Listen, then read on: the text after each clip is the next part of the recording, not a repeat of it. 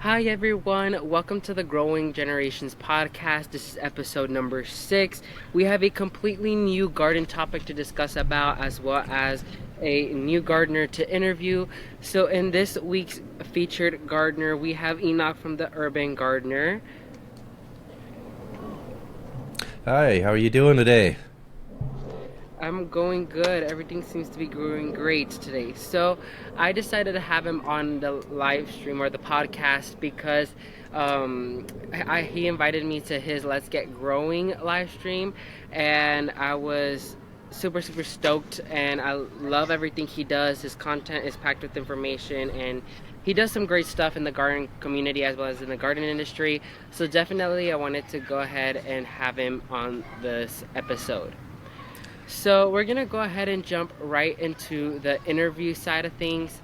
So coming at number one would have to be, what's your very first gardening experience? I always tell gardeners that every gardener has their unique first gardening experience, and it's super fun to hear their stories. So what would be your very first gardening experience?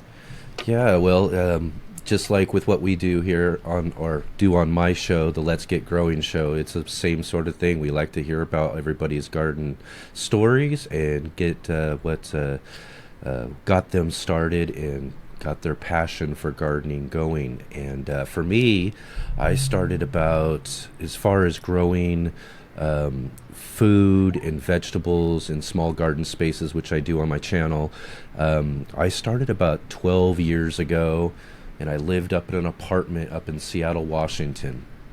And I had a friend give me a small cucumber start. And now, if you see all the plants I've got here, um, I been growing house plants for most of my life. It was something that I got started on when I was younger, but I'd never grown any like food-bearing fruit plants.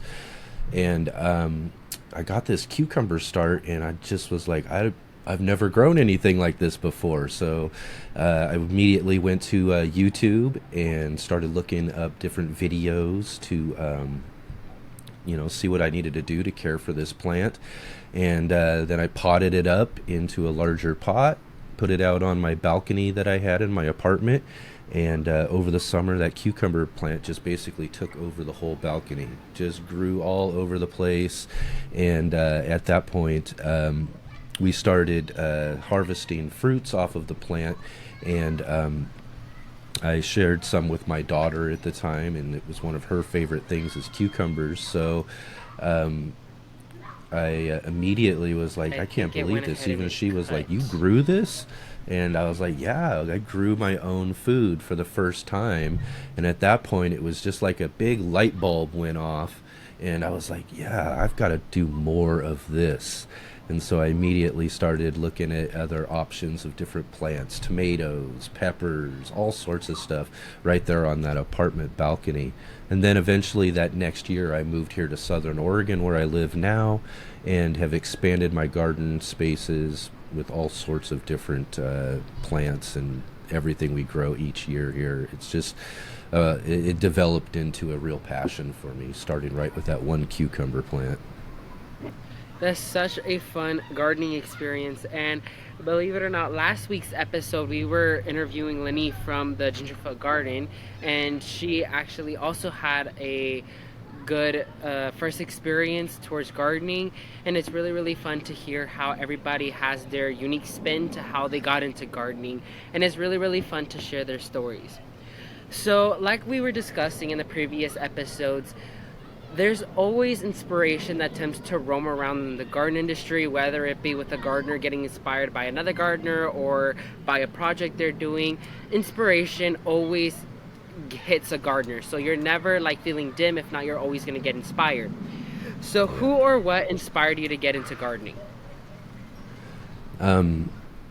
Well, as far as I started with that cucumber plant, as I said, and then, like I said, I went into YouTube and was really at that point was when things really kind of changed for me. Is seeing all the different people in the gardening community who were sharing all of their different advice and tips and tricks and all these sort of things on all these different uh, plants that I was trying to grow. You know, I wanted to grow everything there was out there at first, anyways. But it was really through a lot of these different gardeners that were on YouTube that I was, that kind of really inspired me more and pushed me more forward on some of the different things I was doing with my garden. So early on, I was watching a gardener. His name's Rain Browning of a channel called Praxis 55712, and also a bunch of other gardeners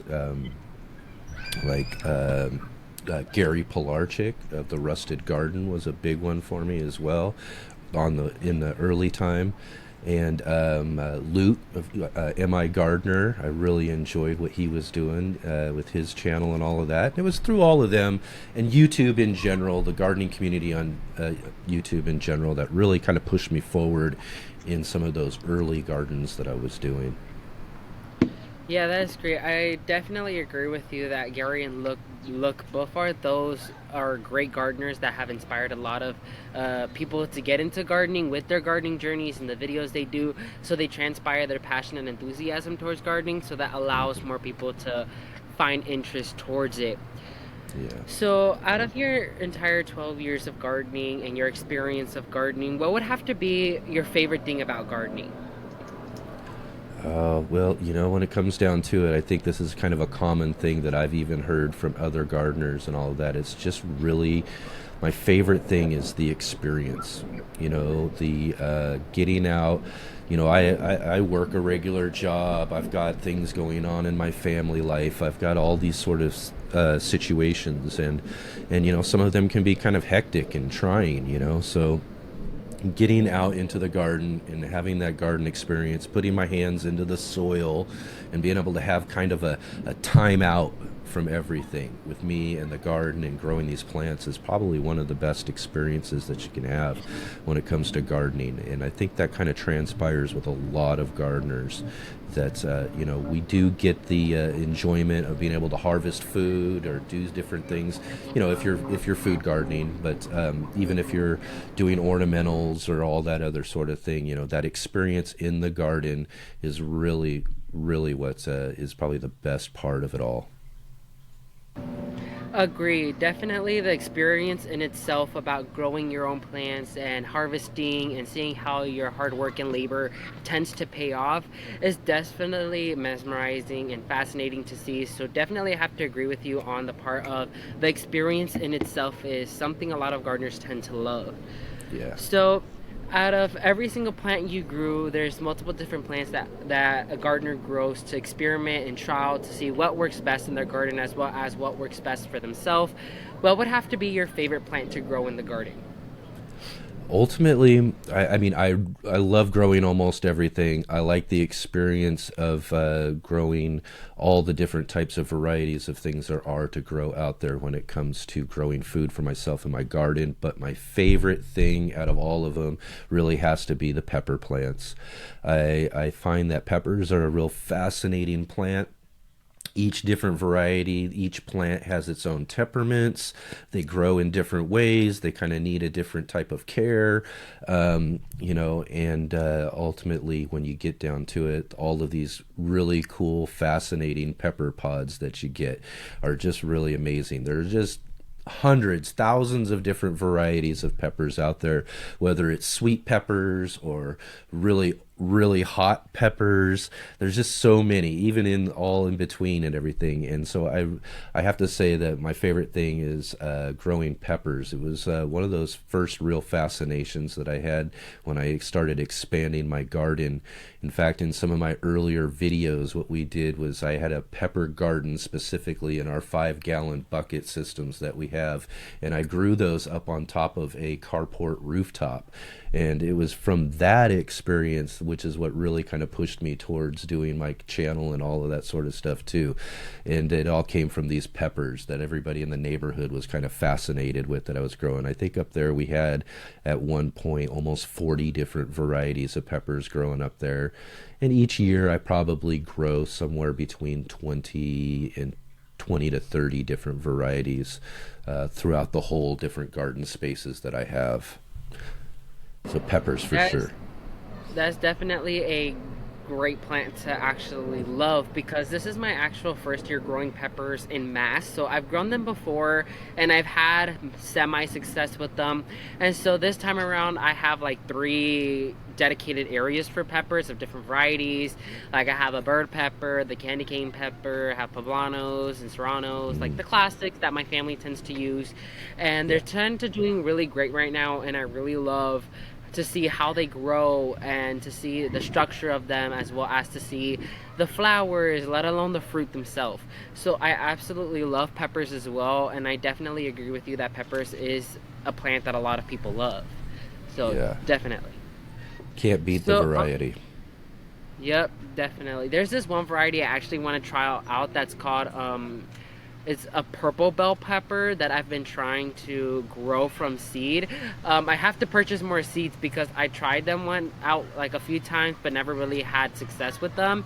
So I Yeah, want to try them out again to give them a final shot because I know peppers grow well down here. So I'll have to yeah, try out again for that. yeah, definitely. So, on the opposite spectrum of things, we always have this method here that is trial and error. So, we always tend to grow plants, and if they don't really work in our favor, we try again. But there is multiple plants that go through that. So, out of your entire plants growing, instead of it being what's your favorite one to grow, what would have to be your least favorite to grow?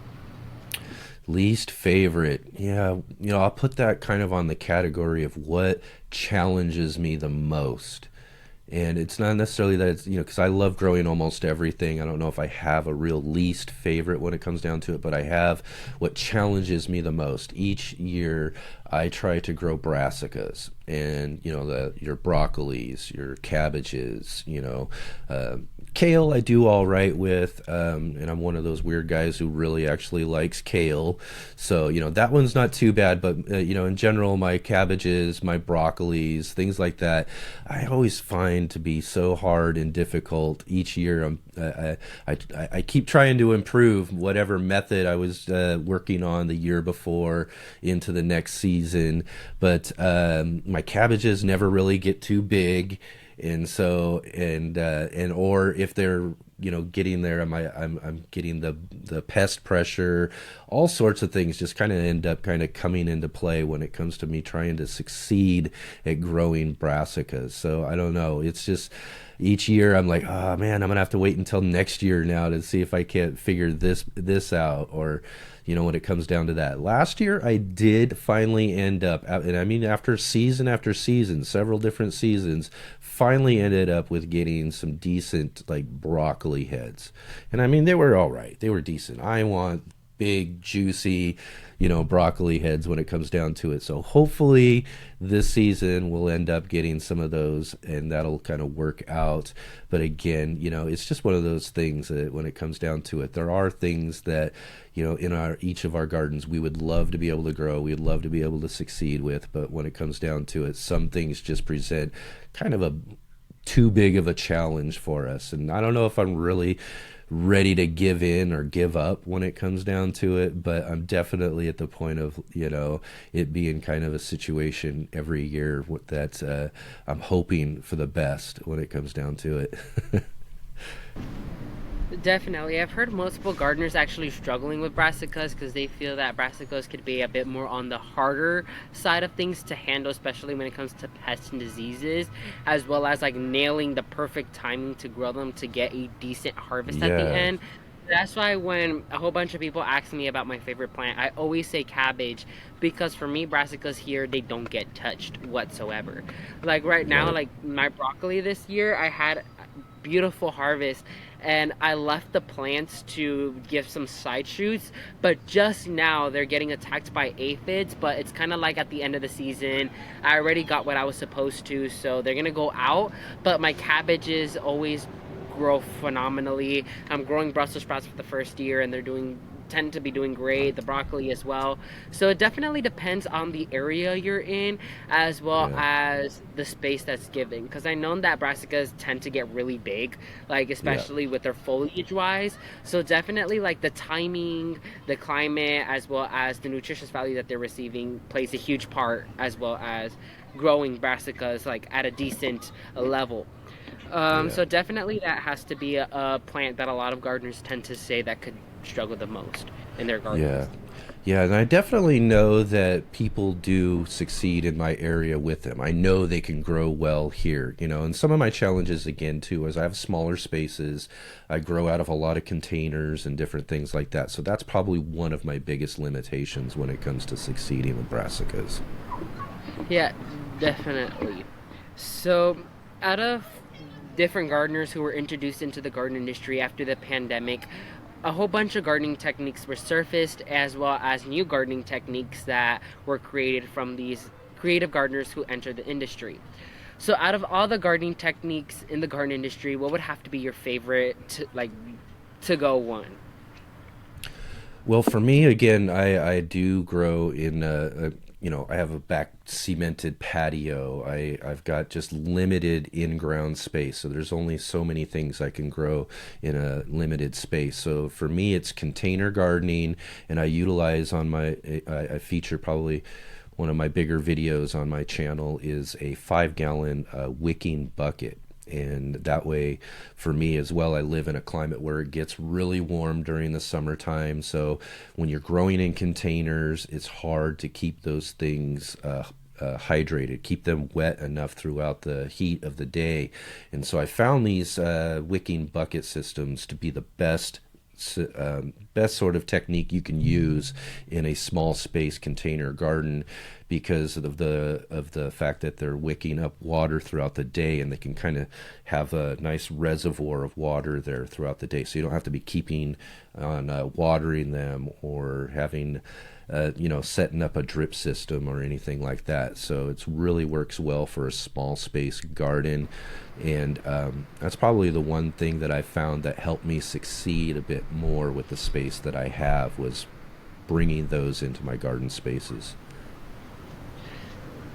Yeah, so definitely container gardening was like raised bed gardening or container gardening is something a lot of gardeners love to do because the main reason why they do it is because they're able to manage what their plants are receiving, like the soil they're growing in, the nutritious value that they're receiving, as well as you're able to give them the proper root space to grow. It's just something a lot of gardeners love to do.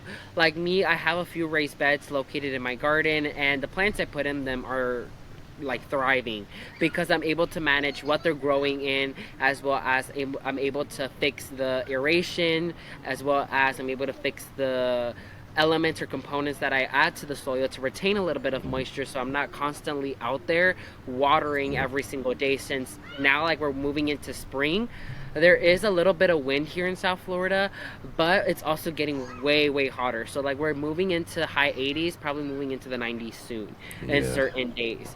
So definitely container gardening is one that I love doing because you're able to grow plants and maximize your gardening space. So Yeah, definitely. yeah, and one of the other big advantages of container gardening and having those in your spaces is, what you can't do with an in-ground space is move your plant around too. So there's certain times when your plant might need just a little bit of shade, or it might need a little bit more sun. And you can actually take those containers and move them and get them in the right places that they need to be. Whereas in the ground, you can't do that. So I find that to be another big advantage of container gardening. Definitely agree. When container gardening, you're able to manage and move your plants to what you desire them to be, and they're not like permanently there without you killing a plant for like ripping it out. So, definitely, Yeah. container gardening is a great technique to do. So, moving off the gardening side of things, what would have to be your goal with the urban gardener? My goal ultimately is, when I first envisioned the idea of having a YouTube channel, I have kind of a journalism and photography background that, I had went to college for many years ago, and I wanted to kind of get back into that sort of thing. So at first I just jumped in because I wanted to get everything started. I just started sharing what I was doing in my small space garden, and wanted to kind of take people along with that sort of experience. But ultimately, my idea for it was to be able to get out and to, again, what we do with my show, the Let's Get Growing show, is to be able to interview, like you're doing now, and talk to all of these just wonderful, fascinating people in the gardening community. Again, going back to my original story of getting started, um, I really became involved in the whole gardening community through YouTube and all of these just really fascinating people who were sharing all of their different garden experiences on that platform. So I really just kind of fell in love with the whole idea of YouTube and everything. So that's kind of where I envisioned the whole idea of the urban gardener, was to be able to get out there and go see all of these different gardeners. Now we're doing this sort of format with our show and everything, but I ultimately like to get on the road, get in my car, go for a drive. I've been all up and down the West Coast to go visit different people, from Seattle all the way down to Los Angeles, and to be able to get out and make videos of their different gardens and garden spaces and be able to talk to them in those spaces. So again, that's kind of my goal, is to kind of, you mentioned just a little bit earlier about the pandemic and all that sort of stuff. That was really kind of a big interruption in my whole plans on what I wanted to do with that. So we're rebuilding back up, and hopefully this summer, I'll be able to get back out and start to go visiting people a lot more and be able to make a lot more of those sort of feature videos for my channel. So kind of that's the goal for right now, is to be able to grow that whole aspect of what I'm doing with the channel there, as well as continue to move forward with this really fun new show we've started on the channel as well. Definitely agree. When I decided to go ahead and move forward with my podcast channel, Growing Generations, I definitely had the same goal in mind, to interact with other gardeners, as well as to help, like, people know their gardening stories, know how they started, and know what they have to offer in the garden industry. So definitely I had the same goal in mind, to just interact with gardeners and have a great time in general, because the gardening community, if you think about it, it's not like any other gardening community. It's more as a peaceful environment where gardeners help gardeners, as well as people help people. You just kind of Yeah. like have this huge community where nobody feels that they're above anybody else. It's just a smooth line of people who love to help other people, love to educate other people, and inspire other people to get into gardening, which is something that I really love about the garden industry. It is so true. So, where do you see yourself in the future? In the future, I really hope to, I kind of like where things are at this moment, as I mentioned about, with our show and all of that. So, and the channel, and being able to go visit people and do that sort of thing. So I really see, hopefully a bigger situation. I mentioned that I've been able to travel up and down the West Coast here, from Seattle to Los Angeles. So in the future, I kind of have this vision and this idea of being able to take that even further. So hopefully someday down the road, I'll be able to take this whole idea of the urban gardener a lot further, and be able to travel around the country, and who knows, even internationally down the road. But to be able to go out again and be able to visit these people, and like you mentioned with the gardening community, I don't think that there's any better community that out there. People are always encouraging, they're always really nice, they share a very similar passion for the things that I do as well. I have not had one bad experience in all of the different places and people that I've gone to visit. So it is definitely something that I would like to take and expand even further. So in the future, that's kind of what I see myself doing: more of the same, but more, more of a a wider sense of it all, to be able to go even further with that. Definitely, I have to agree. Like, I know I'm like stuck right here in my home, since I'm still a teenager. I'm still 16 years old, but I definitely want to kind of explore more, get out more, as well as get to know other local gardeners and just help them in general with their garden, as well as feature them if they are interested to be on the media side of things. So it's definitely something that I do have to agree with you. And something that I really love is the Let's Get Growing live stream. That was something that is fantastic. It's a wonderful experience to be on the show, as well as everybody who's watching it is so kind. Like, they all Yeah. love everything that you're doing. I love everything you're doing. The people who are showcased know what they're doing. They love what they do. They show their passion, they show their enthusiasm. So definitely the live stream that you do is definitely something to check out, which we'll be discussing in the next Yeah, it was question. definitely. Yeah. Which we'll be discussing in the next question, which is, where can people find you? All right. Well, that's, good question. Everybody can find me again, of course, on YouTube at The Urban Gardener. You just search that, or I'm sure you'll have a link there for everybody. And also, you can find the Let's Get Growing show on all of your different podcast apps and places where you listen to your podcasts. I encourage people to go check that out as well.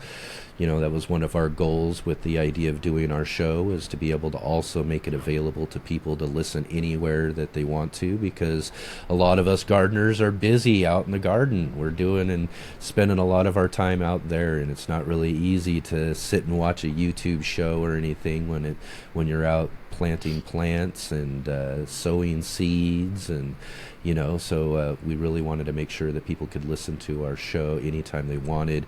So it's available on podcasts and all of that too, as well as you can find us on our Let's Get Growing Facebook group as well too. That's a really good place to connect with people in our growing community, as well as to be able to share what you're doing in your gardens with everybody as well too. And of course, if you have any questions or have any answers to anybody else's questions in the group as well too, it's a great place to be able to contribute to the gardening and growing community as well too. Definitely. I'll be linking everything to what he mentioned in the description box below, so it could be as an easier access for everybody to check out. So definitely check out his YouTube channel. If you have time to listen to the podcast, definitely do so, as well as the Facebook. I'll be leaving all the information in the description box for easier access. So moving into the garden topic, so we wrapped up the interview section of things, and now we're going to be discussing about the garden topic of this week, which is about growing in containers, which is Oh, something I realized that people who live in like small areas who want to start gardening but have limited space, they're kind of more towards the container side of things because that's what they can work with. So if you yeah. have any tips or advice on gardeners who are interested to do container gardening so they could have success in it, what are some tips and advice you could give to them? Yeah, definitely. Like you said, containers, I think, are a great way for people to get started with gardening. And even if you have limited space, like I shared with my original story, I only had a balcony when I first started growing. And, those are great places to be able to do container gardening. And you can get plenty of different containers out on a balcony. And, the one thing too, though, I would say when it comes to growing in containers is to, make sure that you're getting the right type of fertilization and you're feeding your plants properly. Because, again, it's one of those situations where, with containers, or versus the in-ground. If you're in-ground, you might have a certain type of, feeding your plants every month or two, but when it comes to containers, if you're watering them, they kind of flow through, a lot of those nutrients kind of flow right through your container, so you might have to fertilize just a little bit more.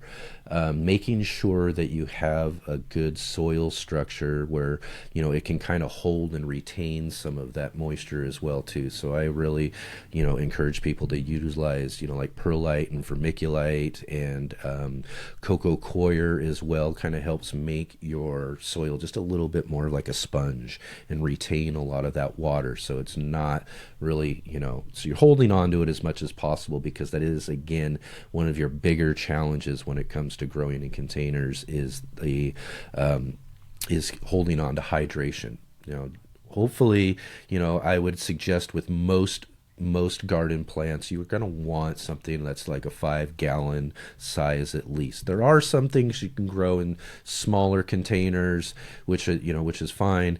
But if you're really growing something for production, you want as much root space as possible. And one of my favorite things is 5 gallon containers, 5 gallon buckets. And these are really accessible too. I encourage people to go out to their grocery stores, go out to bakeries and restaurants. They have all sorts of food grade buckets that they're just tossing out. They don't have any use for after they've already, used it, taken out whatever was in there. A lot of my first containers were from a restaurant that I got, and they were giving me their pickle containers. So, I encourage that, more so than, say, going out to one of your big box stores and buying their 5 gallon buckets.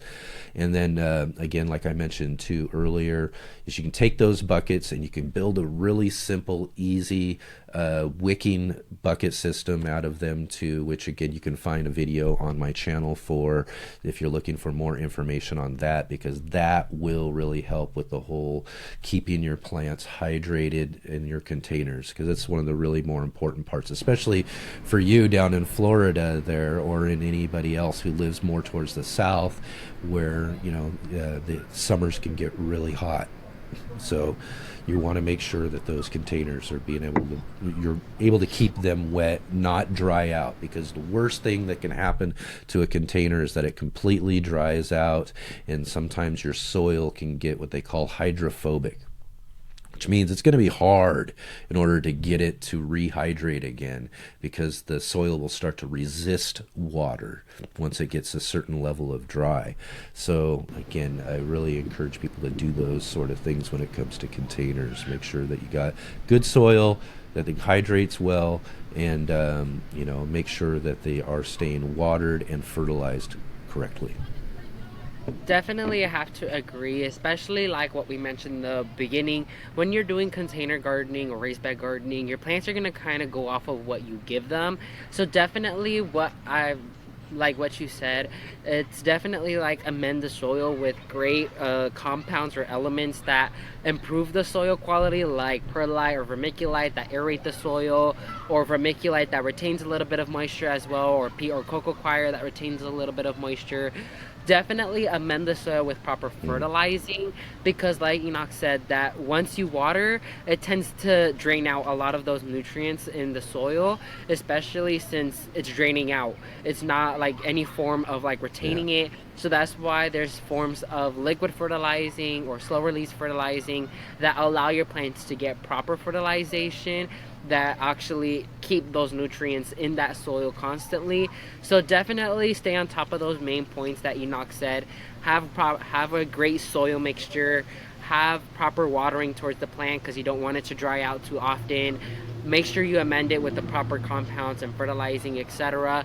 And definitely what is more key important in what I see is the soil, because the plants really grow off of the soil and what you give them. They're not in the ground. There's no natural earthworms that are worming around in the container. So definitely you have to stay on top of those key points that are really important. Yes, definitely. Your soil biology is one of the most important things in growing any of your plants in your garden. That's where the root system is, and if you've got healthy roots, from healthy soil, then you're going to have a nice healthy plant that's going to produce for you very well. Definitely agree. So we did the interview part, we did the garden topic of the week, so that's gonna be it for this episode. I am super happy that we had Enoch from the Urban Gardener to this episode. Once again, I'll be leaving all his information about his podcast as well as his YouTube channel itself and everything you need to learn about him in the description box below. We talked about some great things in today's video, as well as how to improve your techniques in growing in containers if you have limited access. So thank you again, Enoch, for joining with us on this episode, and we'll go ahead and see everybody in the next following up episode with a new gardening topic as well as with a new gardener to interview. Awesome. Thank you so much, Manuel. And I would encourage you also include that link to your appearance on our Let's Get Growing show as Yes. well too. I think everybody in your audience would love to see that interview there. You did such a great job, and like I said, that was one of the I got so much great feedback from everybody about you being on our show.